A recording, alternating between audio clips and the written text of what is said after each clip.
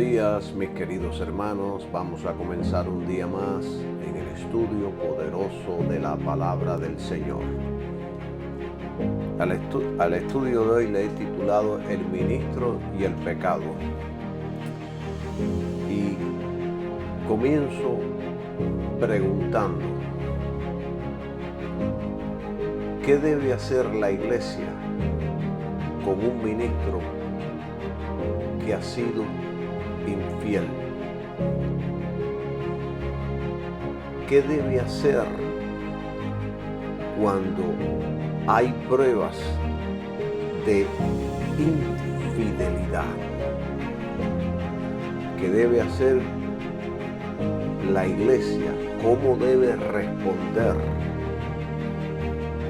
cuando un ministro o cualquier creyente ha caído en pecado, cuando ha sido infiel a su llamado? ¿Qué debe hacer la iglesia? Primero, el infiel y pecador debe ser restaurado con espíritu de mansedumbre. La mejor manera de como yo lo puedo poner es como debe ser restaurado, como lo haríamos si fuera nuestro propio hijo, padre o madre, siempre buscando la restauración, no acusando, no condenando, no apuntando con el dedo, porque es un hermano en Cristo que ha caído. Debemos ayudarlo a levantarse, hay que restaurarlo. Es un valiente que ha caído en medio de la batalla. Debemos socorrerlo, ayudarlo y restaurarlo. Imagínense a un soldado herido en batalla. Usted no lo va a dejar tirado ahí, sangrándose, mientras le dices, te lo mereces por no estar atento, te lo dije que te iba a suceder si no hacías tal cosa. No, usted lo carga sobre su hombro, lo lleva al campamento, le vendan las heridas, le dan descanso y cuando sana, vuelve al frente de batalla. Así es el hermano que ha caído, un soldado herido, no un enemigo. Si ha caído, es nuestro deber de aquellos que somos espirituales, es nuestro deber levantarlo, restaurarlo, animarlo, fortalecerlo, porque es nuestro hermano, no es nuestro enemigo. Esto es importante comprenderlo,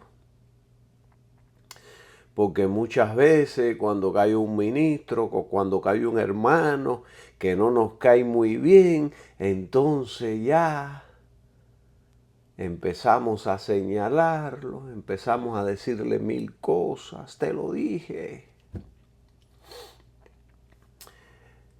El trato con un hermano caído debe ser saturado de gracia. Dios en Cristo nos perdonó y no podemos actuar como si nosotros no necesitamos esa misma misericordia. Yo pregunto, ¿cómo tratamos al hermano que cayó en fornicación, en codicia, en mentira, en adulterio, ¿cómo lo tratamos? ¿Lo crucificamos con palabras o lo llevamos a Cristo para restaurarlo? ¿Qué tenemos que hacer? Fíjense en algo, porque a mí me gusta mucho pensar. Cuando el caído, supongamos que el caído es su hijo o mi hijo, o su madre o su padre, o un familiar, ¿actuamos con compasión o le metemos duro, le caemos a palo? No, actuamos con compasión porque lo amamos, no lo divulgamos, lo cubrimos, no salimos a contarle a todo el mundo. ¿Por qué? Porque lo amamos. Cuando es el hijo de otro, a veces actuamos con juicio, pero esto no debe ser así. El que hoy cae, mañana puede ser quien nos levante a nosotros. El que hoy cae, mañana puede ser el que nos esté levantando y consolando y animando. Y se estará acordando que nosotros lo hicimos con Él. Y Él viene en ese momento y nos dice, aquí estoy para ayudarte, aquí estoy para levantarte. Ánimo que no estás solo. Alabado sea el nombre de Jesús. Así que, mis queridos hermanos, mi querida iglesia, querida iglesia, no mi iglesia, la iglesia es de Cristo. Fue una confusión de palabras, pero querida iglesia, no dejes a un soldado caído en la batalla. Recógelo, sácalo del fango, abrázalo, guíalo a la cruz. Porque la cruz no solo perdona, también restaura. Alguien dijo, y lo que dijo está bien dicho, una sola alma restaurada vale más que 1000 sermones, porque el amor que salva es mayor que el juicio que acusa. Es una gran verdad. Vamos a Santiago capítulo 5, versículo 20, y ya yo lo tengo abierto, y leemos. Sepa que el que haga volver al pecador del error de su camino, salvará de muerte un alma y cubrirá multitud de pecados. Aquí no se trata de condenar, sino de ayudar al que se ha desviado y regresarlo a la verdad del Evangelio. Eso es lo que está tratando aquí nuestro hermano Santiago. Y aquí puede referirse tanto a hermanos en Cristo que han caído, como a un pecador que nunca ha conocido al Señor. Y este lenguaje de Santiago me recuerda un versículo bíblico que se encuentra ya en Proverbios capítulo 10, versículo 12, que dice, el amor cubrirá todas las faltas. No se trata de encubrir pecado, sino de evitar que el pecado continúe y se multiplique. Eso es lo que está diciendo. La restauración frena la caída y activa el poder del perdón en la vida del pecador y en la vida del creyente. Kenneth West, erudito en el griego, él ampliando este versículo, él lo dice así, de esta manera. Él traduce el texto como el que hace volver a un extraviado del error, rescatará su alma de la destrucción y detendrá la avalancha de pecados. Esto está poderoso. No somos jueces, somos rescatistas. Y restaurar no solo salva al otro, también glorifica a Cristo. Cada alma restaurada es una victoria en el cielo y una derrota contra el infierno.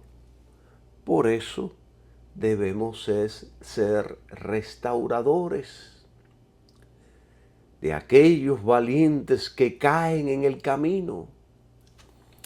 Gálatas, capítulo 6, versículo 1, también Pablo aquí nos da un consejo poderoso de cómo debe ser la restauración. Hermanos, si alguno fuere tomado en alguna falta, vosotros que sois espirituales, restaurad al tal en espíritu de mansedumbre, considerándote a ti mismo, no sea que tú también seas tentado. Esto está muy poderoso. Hay en otra traducción, dice, hermanos, si descubren que alguno ha pecado, aquí dice falta, pero en el original griego dice, si descubren que alguno ha pecado, ustedes que son espirituales deben ayudarlo a volver al buen camino con actitud humilde. Pero cada uno debe cuidarse, porque también puede ser puesto a prueba. Aquí Pablo no está hablando de un creyente rebelde y endurecido, sino un hermano que ha sido sorprendido, atrapado o vencido por el pecado. Es decir, no es una actitud persistente, no es un estilo de vida, sino una caída en pecado en el camino. Es como un auto que tiene 4 ruedas, pero en el transcurso de la vida de ese auto, un día usted se le va a ponchar una goma a su auto. Y así es lo que está diciendo el apóstol Pablo. No es que este creyente lleva un estilo de vida rebelde e impío, sino que en el camino alguien puede tropezar, alguien puede caer, alguien puede fallar. Fíjense en un detalle aquí de esta escritura, que no cualquiera está capacitado para restaurar. Pablo dice aquí que deben ser los espirituales. Estos son los maduros, los sobrios, los creyentes cuerdos, sensatos, la gente con espiritualidad, no los críticos, no los legalistas, no los carnales, no los que están buscando pleito por todas las cosas, sino la gente espiritual. Solo aquellos que viven bajo la influencia del Espíritu Santo pueden ejercer una corrección santa, no vengativa ni humillante. Usted no va allí, lo acusa con el dedo y empieza a meterle con todo. No, usted lo va a restaurar con amor, lo va a levantar, lo va a animar para que se sacuda y salga corriendo del hoyo en el cual ha caído. Hay gente que está esperando que usted caiga, no para ayudarlo o socorrerlo, sino para caerle a palo, para decir, te lo dije, este no sirve, este es falso, es un mundano, es un hijo del diablo. Hay gente así. Yo recuerdo en una ocasión, un hermano vino pidiéndome ayuda. De hecho, varios hermanos han venido. Ellos ven en mí un líder y entonces vienen y me piden ayuda y se confiesan conmigo. Y entonces este hermano en particular vino a pedirme ayuda. Él estaba caído, vivía practicando el pecado.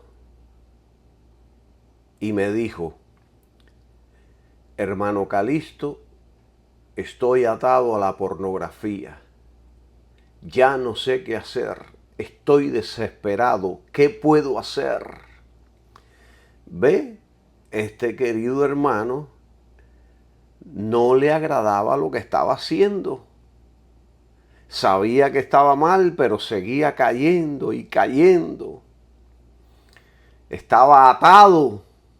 Estaba en una prisión, no sabía cómo salir. Y entonces vino a pedir ayuda.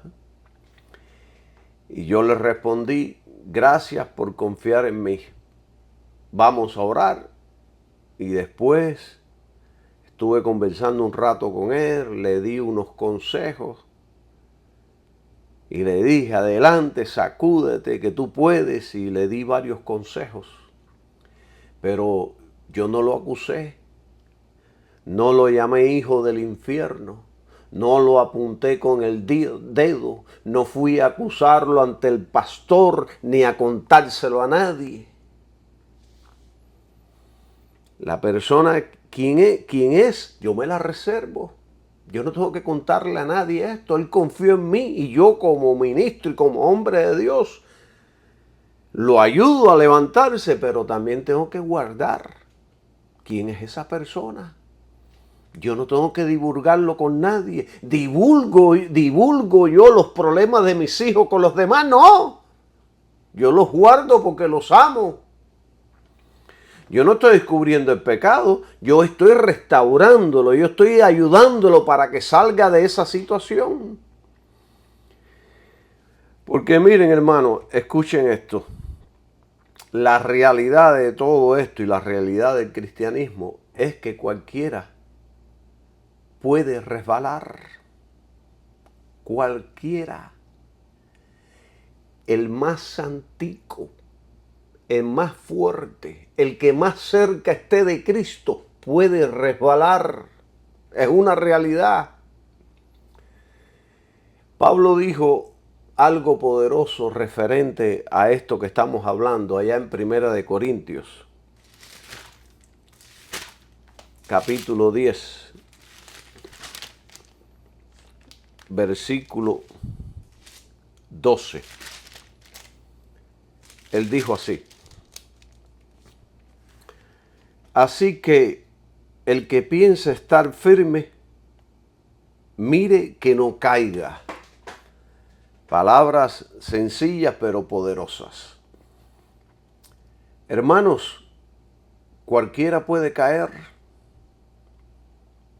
No cayó Pedro, que caminaba con Jesús. No cayó Judas, apóstol de Jesucristo. No cayó el profeta Balaam. No cayó, dice Pablo, Himeneo y Fileto y otras personas más que no recuerdo ahora sus nombres. No han caído cientos de ministros con ministerios gigantes y poderosos. ¿Quién dice que usted no puede caer? ¿Quién dice que yo no puedo caer? Si estoy firme, debo asegurarme de que no voy a caer. Si usted está firme ahora, asegúrese también de no caer.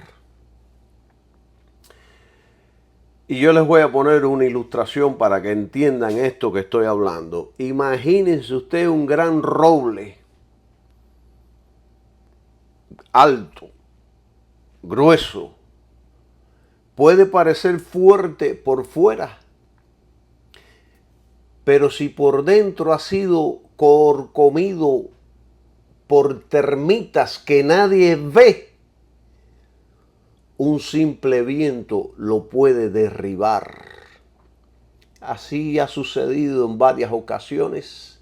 Así también es el hombre que aparenta firmeza, pero ha descuidado su interior.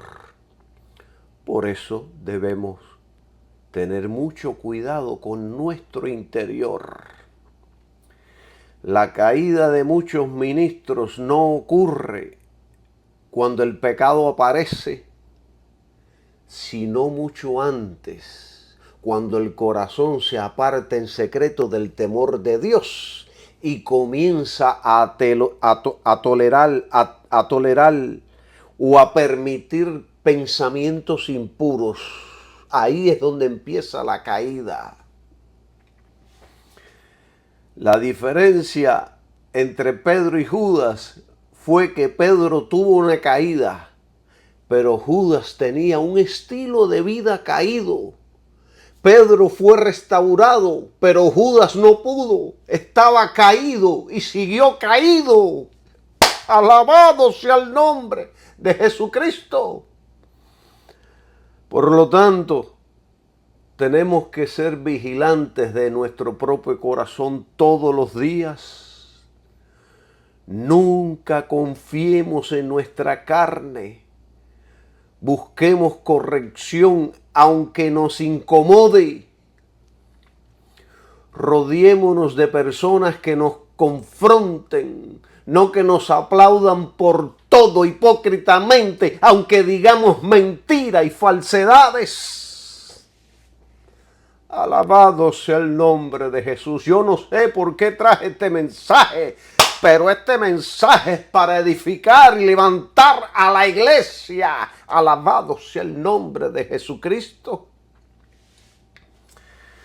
Bueno, a este querido hermano lo exhorté y lo ayudé con espíritu de mansedumbre. Nunca he mencionado su nombre. No le he contado a nadie quién es este hermano, porque la meta no es condenar, sino restaurar. Y la palabra griega para restaurar se usaba en los tiempos bíblicos para recomponer un hueso roto. Vea a su hermano caído como un hueso roto y que usted se acerca a él para arreglar ese hueso. Y esto, hermano, es un trabajo delicado, paciente y que requiere mucho amor y paciencia. Debe hacerse con humildad, amor, con mucha oración, reconociendo que si no fuera por la gracia de Dios, nosotros podríamos estar en la misma condición. Al final de este versículo, que hay una advertencia para el que corrige. Al final del versículo de Gálatas 6:1. No seas, es como si Pablo nos está diciendo, no seas orgulloso. No creas que estás por encima del pecado. Podrías caer también si no te cuidas. Y este versículo de 1 Corintios 10:12. Así que el que piensa estar firme, mira que no caiga. Este versículo no fue escrito para los débiles solamente, sino para los que se creen fuertes. Es una advertencia directa a todo creyente, especialmente a los líderes que se sienten seguros y piensan que no pueden caer. Pablo ahí apela a la humildad y al temor de Dios. Teme, por ti mismo, no seas que tú también seas probado o puedas caer en pecado o en desobediencia. John Owen escribió sobre esto y dijo: aquel que confronta el pecado en otro debe hacerlo con un corazón quebrantado, recordando que la carne sigue viva y que la única seguridad está en caminar en el Espíritu. Entonces, ¿cuál es mi consejo para nosotros, la iglesia? Es simple, muy simple. Si ves a un hermano caer, no lo señales ni lo expongas. Acércate con amor, en privacidad, con el deseo sincero de restaurarlo, no de acusarlo.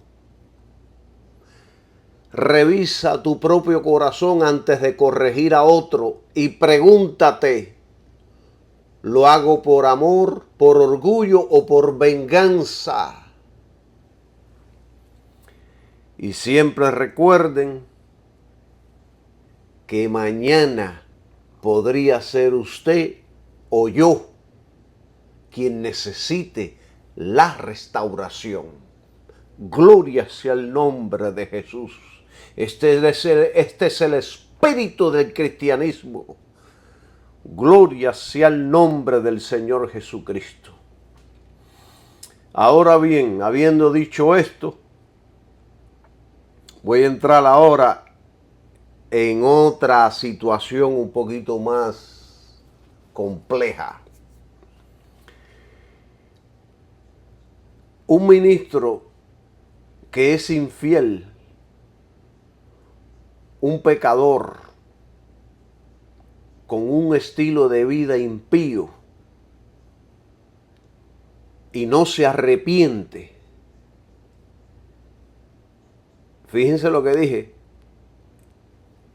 Vive un estilo infiel, vive un estilo de vida de pecado, está ahí continuamente pecado, no se arrepiente. Entonces, debe ser reprendido y confrontado públicamente si es necesario. ¿Ve cómo la cosa cambia ahora? La cosa cambia ahora. Y el Señor Jesucristo enseñó sobre esto. Vamos a Mateo capítulo 18 y vamos a leer un poco de estas palabras de nuestro Señor Jesucristo. Y empezamos a leer en el Mateo 18, versículo 15 al 17. Dice: por tanto, si tu hermano pecare contra ti, ve y repréndele estando tú y él solos. Si te oyere, has ganado a tu hermano. 16. Mas si no te oyere, toma aún contigo uno o dos, para que en boca de 2 o 3 testigos conte toda palabra. Y 17. Y si no los oyere a ellos, dilo a la iglesia. Y si no oyere a la iglesia, tenle por gentil y publicano. Estos son enseñanzas de nuestro Señor Jesucristo que están activas y actuales en el día de hoy. Este pasaje es uno de los principios más importantes de disciplina y restauración dentro del cuerpo de Cristo. Jesús aquí nos da una guía para manejar el pecado dentro de la comunidad cristiana de la manera más sencilla. Esto no es complicado, es sencillo. Tú primero, si no te escucha a ti, busca 2 o 3 hermanitos. Si no los escucha, dilo a la iglesia. Y si no oye a la iglesia, entonces no tengas ya más comunión con él. sencillo. Es un pasaje súper importante y sencillo. Notemos aquí que Jesús usa la palabra hermano.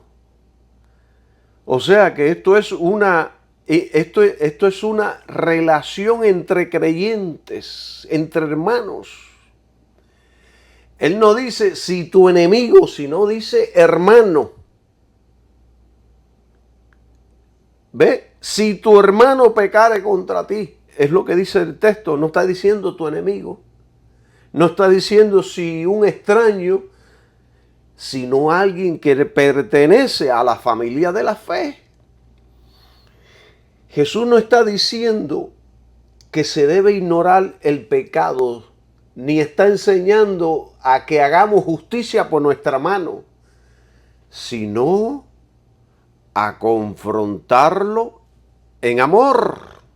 No ignores el pecado, no tome la justicia en tus propias manos, pero confróntalo en amor para restaurar la relación.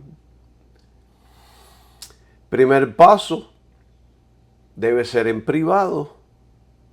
Ve y repréndele estando tú y él solos. Habla con él. Dile lo que sientes. Dile que no quieres perder su amistad, que lo aprecias, que lo amas. Esto protege su dignidad, porque el objetivo es restaurarlo, no exponerlo. Y si él escucha, gloria a Dios, has ganado un hermano y estás adquiriendo la sabiduría que nos enseñó el Señor Jesucristo. Estás poniendo en práctica las palabras de nuestro Señor Jesucristo. Gloria sea el nombre de Jesús. Ahora, si no te oyeres, el segundo paso son los testigos. Toma contigo uno o dos. Y el propósito no es formar un grupo de acusadores, sino buscar ayuda para solucionar el asunto. Entienden, mis queridos hermanos, es buscar una solución, es buscar la restauración. Uno no se puede acostar con pleitos en la cabeza contra otras personas. Y esta práctica está basada en la ley de Dios, porque eso se enseña en la ley de Dios. En Deuteronomio 19:15 dice, por boca de 2 o 3 testigos se decidirá todo asunto. Entonces, si ese hermano oyere a esos testigos, si no oyere a esos testigos, si no lo oyere, no lo oyó a él, no oyó a los testigos, entonces el tercer paso es acudir a la iglesia. Jesús dijo, dilo a la iglesia.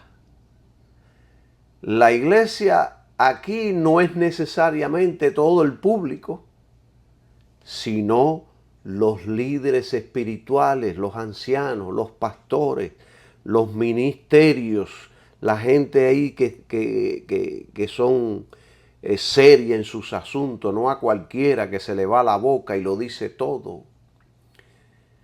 Este es el último recurso para ayudar al hermano a ver su error. Casi siempre nunca se llega al tercer paso, pero supongamos que está en rebeldía porque supongamos que está en rebeldía, supongamos que está en pecado y que no quiere escuchar, no se arrepiente, está ahí, está cerrado, dice, ustedes no me van a convencer, ustedes por allá y yo por aquí. Entonces, si aún no se arrepiente, Cristo dice, tenle por gentil y publicano. Es decir, trátalo como alguien fuera de la comunión cristiana. no tengas ninguna relación de cercanía con él. Tú por allá, yo por aquí. No con odio, sino con la misma compasión con que Jesús trataba a los pecadores. Jesús trató a los pecadores del mundo con más compasión que a los líderes religiosos hipócritas. Y todo esto se puede aplicar también a los ministros, al líder, al pastor, aquel que está en rebeldía, aquel que está en pecado, aquel que que ha sido infiel. Alguien dijo en cierto lugar, el ministerio no es un privilegio personal, sino una responsabilidad santa. Y esto es una realidad. El ministerio es una responsabilidad santa. No es un privilegio, es una responsabilidad seria. De hecho, la más seria que puede existir. No hay cargo ni profesión más seria en el mundo que la de un ministro. Es la más importante. La posición del presidente de los Estados Unidos no se puede comparar a la posición de un ministro. Alabado sea el nombre de Jesús. Un ministro está por encima de cualquier posición en este mundo. El ministerio no es una plataforma para el perdón, sino un lugar de ejemplo. La caída pública compromete la autoridad del púlpito. Por eso es que es tan importante. Entonces, no podemos permitir que alguien continúe operando sin arrepentirse. Y no podemos tapar el pecado de un ministro que no se arrepiente y sigue ministrando. Porque entonces nos hacemos cómplices. Hay un dicho que dice, tan culpable es el que mata a la chiva como el que le aguanta las patas. Y muchos ministerios han caído porque no trataron con el pecado de los líderes, sino que lo justificaron y lo escondieron. No, hay que confrontar. Y un líder, hermano, no cae de repente. La caída es el resultado de una acumulación de muchos descuidos. Descuido de la oración, justificación de pequeños pecados, no son tan grandes. Oculta tentaciones que lo están provocando de una manera muy severa. Abuso de la confianza que se le dio. Y entonces hay gente que son espirituales y están viendo estas cosas, pero nadie lo confronta. Hay que confrontar. La iglesia no debe permitir que un líder, un pastor principal, continúe operando si está abiertamente viviendo en pecado. Yo recuerdo el caso de Ted Haggard, aquí en los Estados Unidos. Usted puede ir ahí al internet, poner su nombre o la historia completa de él, que es más amplia de lo que yo les puedo informar. Yo ahora les voy a informar algo para que este estudio sea de provecho para aquellos que están escuchando. No estoy criticando a este pastor, no estoy acusándolo, solamente estoy trayendo una historia verídica de lo que sucedió. ¿Quién era este hombre? Ted Haggard fue el pastor fundador de una mega iglesia. Se llamaba New Life Church en Colorado Springs y presidente de la Asociación Nacional de Evangélicos con millones de miembros en toda la nación de los Estados Unidos. Millones de miembros. ¿Qué pasó? En el 2006 se reveló que este ministro había tenido relaciones sexuales con un hombre y también estaba consumiendo drogas. Años después, su iglesia admitió que había tenido múltiples relaciones inapropiadas, incluso con la secretaria de la iglesia y otras personas bajo su liderazgo. Él era un pastor, según la era moderna, de mente abierta, como hoy que hay muchos homosexuales que son pastores también. Tuvo relaciones sexuales con hombres y mujeres. Él era, como le dicen, heterosexual, lo mismo le da una cosa que la otra.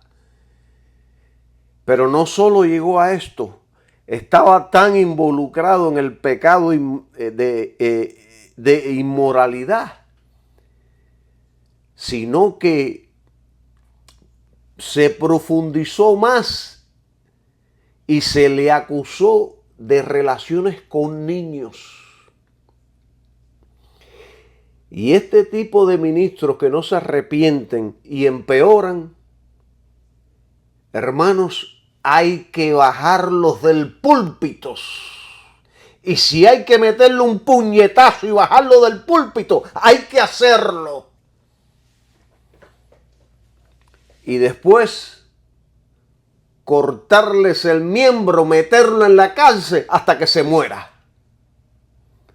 Porque hizo mucho daño, no solo a la iglesia, sino también a muchos inocentes, a niños, a una congregación completa que confió en él. ¿Y cuál fue el resultado? Fue removido de su posición, expulsado del ministerio y su reputación quedó dañada para toda la vida. Ya nadie cree en él. Hermanos, hay que cuidar a la iglesia. Si no hay arrepentimiento y ya tiene un estilo de vida impío, hay que expulsarlo. Porque un poco de levadura, dijo Cristo y dijo Pablo también, leuda toda la masa. Si se arrepiente y es restaurado, quizás puede seguir funcionando. Pero ya casi nadie creerá en ellos. Es como el hombre que le pega a los tarros a la mujer. Rompió con el pacto matrimonial de ser fiel. Y ese matrimonio no será el mismo, aunque haya arrepentimiento. Es así. Cuando no hay corrección ni arrepentimientos, entonces Dios mismo se encarga del juicio. Cuando no hay arrepentimiento en lo secreto, Dios se encarga de hacerlo público. Alabado sea el nombre de Jesucristo. Miren, un hombre que cayó y que yo lo respeto mucho como ministro fue Jimmy Swaggart, quien en una ocasión cayó. Y él comenta sobre esto que estamos hablando y él dice, cuando el ministro peca y no hay arrepentimiento, lo que sigue es la vergüenza, el juicio y la ruina, no solo del individuo, sino del rebaño. Todo el mundo, tanto el ministro como el rebaño, sufren por esta caída. Y escuchen con atención, los pecados más destructivos en el ministerio actual son las inmoralidades sexuales y el dinero. como le llaman algunos, la mula, el dinero, el billete, el dólar. Nadie codicia el peso cubano, todos codician el dólar americano. Nadie codicia el yuan chino, todos quieren el dólar. Y esto no solo destruyen al líder, también al rebaño, y desacredita el evangelio y la imagen de Cristo ante el mundo. Para que sepan, así son las cosas de acuerdo a la palabra de Dios. Pablo dijo algo poderoso vamos allá a Gálatas sobre esto. Allá en Gálatas 2:17, él dijo algo aquí poderoso sobre el pecado. Y yo voy a leer la última frase, donde él hace una pregunta. ¿Es por eso Cristo ministro de pecado? Y él responde con una frase de admiración: en ninguna manera. Cristo no es ministro de pecado.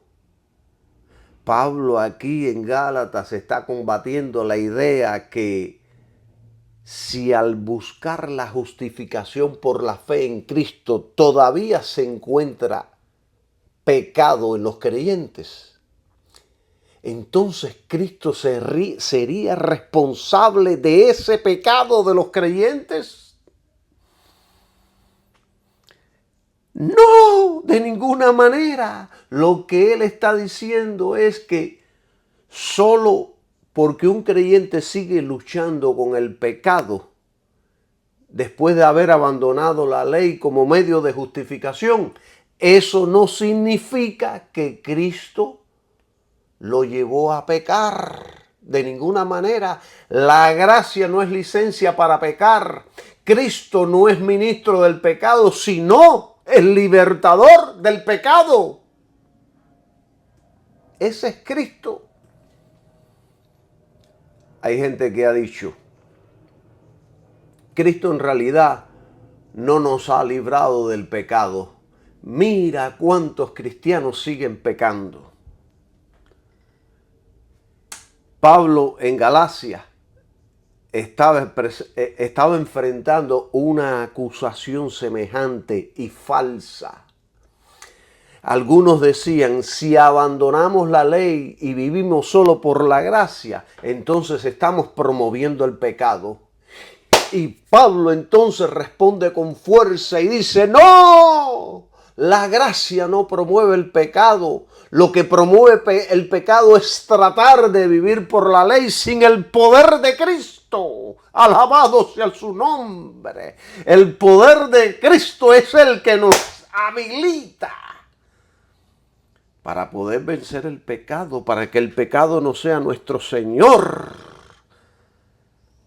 Alabado sea su nombre. ¿Entienden, mis queridos hermanos? Un ministro, un creyente no tiene por qué estar viviendo en pecado. Cristo no produce pecado. El pecado viene cuando tratamos de justificarnos a nosotros mismos mediante obras. Ahí se despierta la carne. Volver a la ley como justificación es reconstruir lo que Cristo ya destruyó. Justificados por la fe en Cristo recibimos poder para poder vivir de acuerdo a la ley de Dios.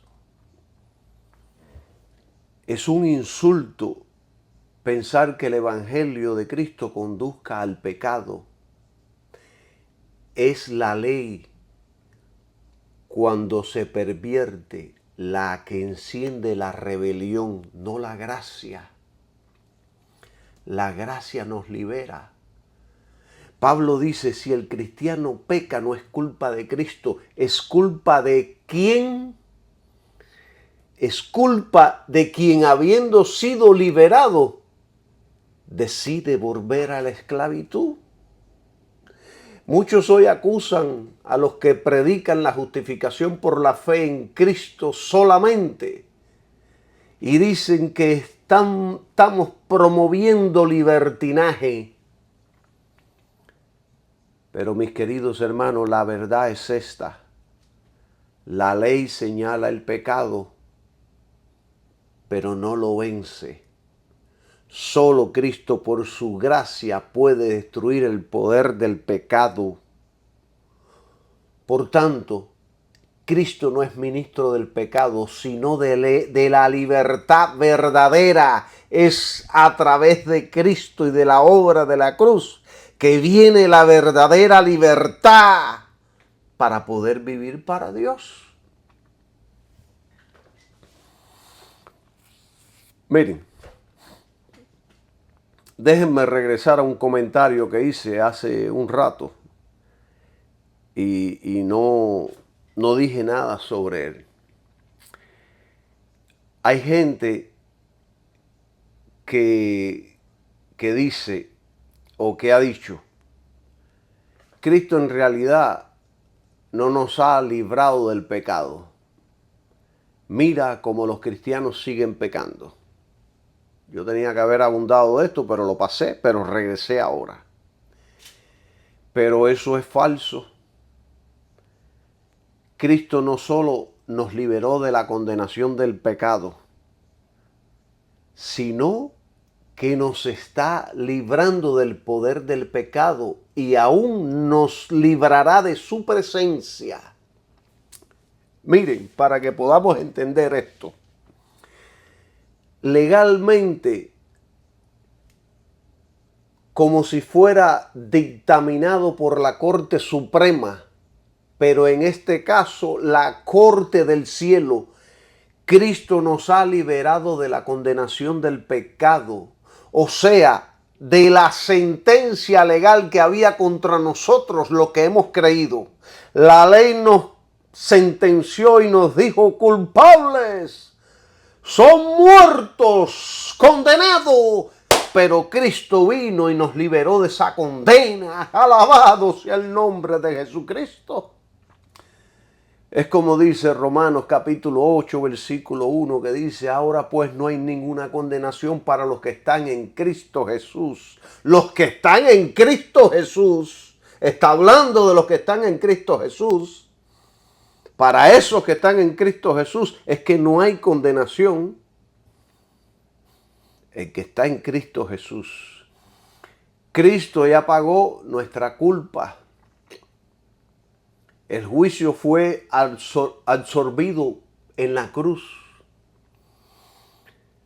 Aunque el cristiano puede caer, ya no es esclavo del pecado. Si peca, es por debilidad, no por naturaleza dominada. Porque ya el pecado no es nuestro Señor. Cristo nos liberó del poder del pecado. Ahora nuestro Señor es Cristo. Así que cuando un creyente peca, no es evidencia de que Cristo ha fracasado, sino de que el creyente ha quitado su fe de la cruz, su única fuente de victoria. Cuando quitamos nuestros ojos de Jesús y de la cruz, o sea, de lo que Él hizo allí en la cruz, entonces empezamos a descender y podemos caer y vivir en derrota. El nuevo nacimiento no produce perfección instantánea, sino una guerra perpetua entre la carne y el espíritu. La victoria es real, pero progresiva. La gracia no convierte al cristiano en alguien incapaz de pecar, sino en alguien incapaz de estar en paz con su pecado. Ahí te vas a estar martillando en el corazón. No vas a ser feliz si estás viviendo en pecado. Aunque la raíz del pecado fue herida mortalmente en la cruz, su sombra aún persiste hasta que Cristo regrese. ¿Entienden? Miren, supongamos que usted es un esclavo liberado de una prisión. Supongamos, está fuera, está libre, pero aún tiene la mente programada por años de esclavitud.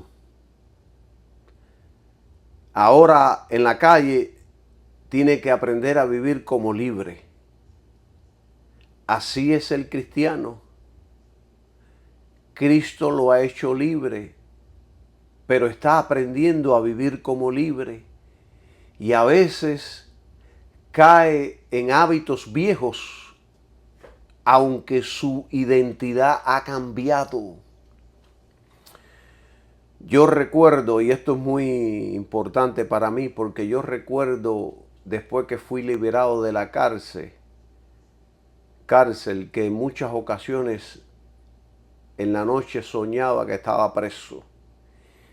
Y en el sueño me invadía una tristeza y un miedo terrible y una desesperación que no puedo expresar con palabras, hasta que despertaba todo sudado. Y cuando despertaba me alegraba de que solo había sido una pesadilla. Eso me estuvo pasando por muchos años hasta que Cristo me liberó de esas pesadillas terribles que venían de vez en cuando en la noche. Conclusión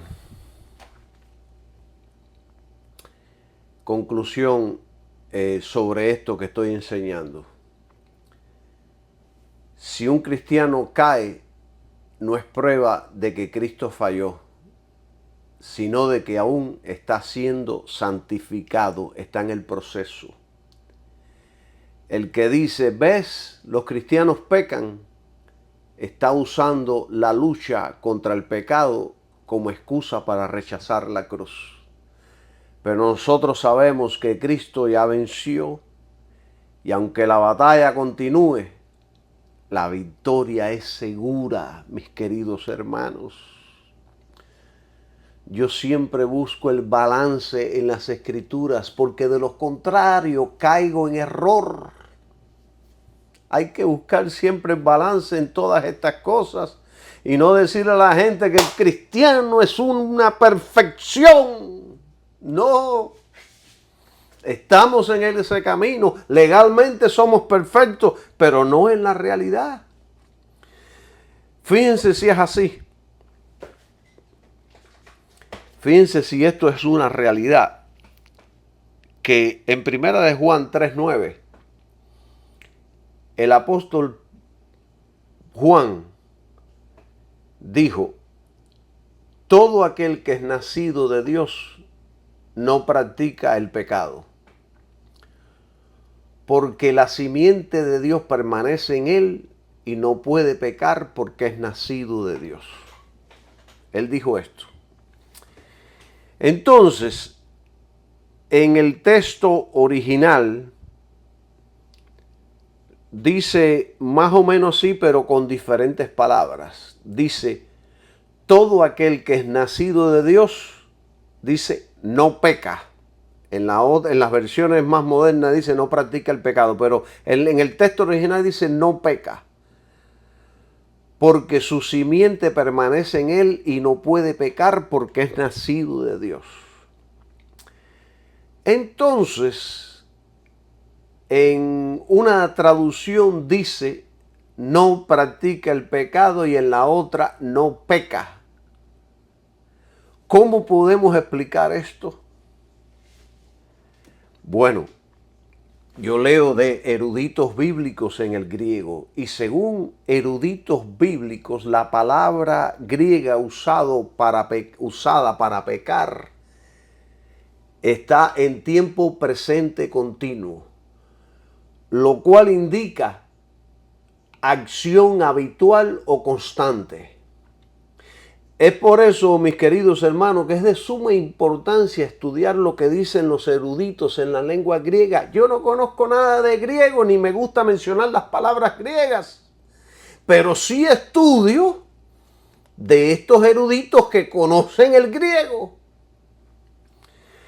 Entonces, lo que yo he aprendido de ellos, lo que Juan está diciendo es, de acuerdo al contexto y de las palabras griegas, que el que ha nacido de Dios no vive pecando como un hábito constante, ni con gusto, ni sin remordimiento.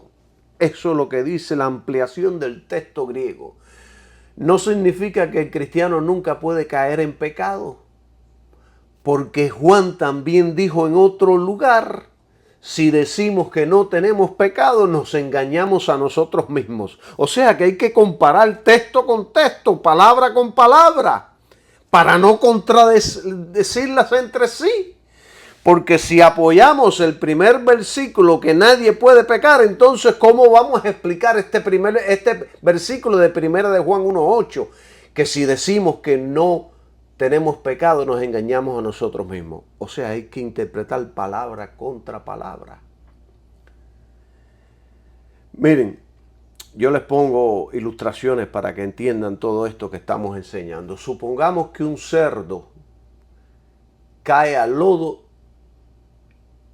y ahí va a empezar en el lodo a revolcarse felizmente. El cerdo, al cerdo le encanta el lodo, la tierra, el fango.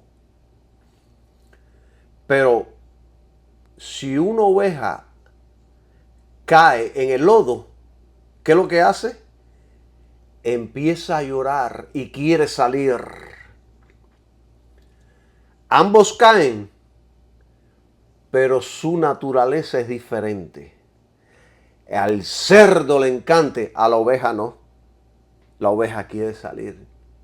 Y así el verdadero creyente odia su pecado, no lo excusa. Lo puede cometer, pero no lo puede amar. El creyente nacido de nuevo no practica el pecado porque su nueva naturaleza no puede estar en paz con la desobediencia. No puede vivir. Se muere en vida. Kenneth West, que es un erudito en el griego que yo lo sigo y yo he leído mucho de él y aprendo de él cada vez que tengo una duda en algún texto. Él en su traducción ampliada de la Biblia dice, el nacido de Dios no sigue pecando deliberadamente y sin arrepentimiento, porque la misma vida de Dios está en él y esa vida no tolera el pecado. Entonces, para ir ya finalizando, el cristiano nacido de Dios no practica el pecado. Si cae, llora, se duele y se levanta. La simiente de Dios en él no le permite sentirse cómodo en el pecado. La diferencia no es perfección, sino la dirección que tomemos. Vamos a repetir el texto que leímos para aclarar ciertas cosas. Vamos a repetirlo. Y creo que ya vamos a finalizar pronto. Todo aquel que es nacido de Dios no peca, porque su simiente permanece en él y no puede pecar porque es nacido de Dios. Esto parece decir literalmente que el nacido de Dios no peca nunca. Pero aquí es donde el idioma original griego y el contexto de toda la epístola nos ayuda a entender el sentido correcto. Ya hablé un poco de esto y ahora quiero profundizar un poco más para que quede claro en la mente de aquellos que me están escuchando. La palabra usada para pecar está en tiempo presente continuo en griego, o sea, un estilo de vida. Esto no indica una acción ocasional, sino una acción continua, habitual, repetida. Ese es su estilo de vida. Eso no lo es para un creyente verdadero. Entonces, ¿cómo debe leerse correctamente? Debe leerse así: todo aquel que es nacido de Dios no vive en una práctica continua del pecado, porque la simiente de Dios permanece en él y no puede seguir pecando habitualmente porque ha nacido de Dios. Esto está más que claro. Esto está poderoso. El escritor John Owen dijo así, de esta manera: la regeneración no destruye toda posibilidad de pecado, pero sí destruye el reinado del pecado. Me encanta leer de estos hombres. Un verdadero cristiano puede caer en pecado, como David cayó, pero no puede vivir feliz ni cómodo en él, como lo haría alguien sin el Espíritu Santo, porque el Espíritu Santo lo redarguye, lo disciplina y lo restaura. Y si tiene que castigarlo, lo castiga, y duramente en muchas ocasiones. ¿Y qué significa la simiente de Dios que permanece en él? Simiente se refiere a la vida espiritual de Dios, plantada en el creyente al nacer de nuevo. Dios lo hace. Esa vida en nosotros no permite que el creyente viva como antes. El Espíritu Santo en él pelea contra el pecado. Esto le enseña Gálatas capítulo 5, versículo 17. ¿Entienden? Así que esto no está enseñando perfección sin pecado, sino una nueva naturaleza que no permite vivir en el pecado. El nacido de Dios puede pecar, pero no puede practicarlo sin ser disciplinado o restaurado. La evidencia de haber nacido de Dios es una vida apartándose del pecado, no abrazándolo. Qué poderoso es la palabra de Dios. ¿Están entendiendo, mis amados hermanos, todas estas bendiciones de la palabra de Dios? Fíjense que las inmoralidades sexuales comienzan en nuestro interior. Un pensamiento, una mirada, una insinuación de otra persona. Es un deseo que, si permitimos que crezca y se alimente, se convierte en codicia. Esta codicia interna se puede manifestar exteriormente y, si lo permitimos, termina arruinando toda nuestra vida.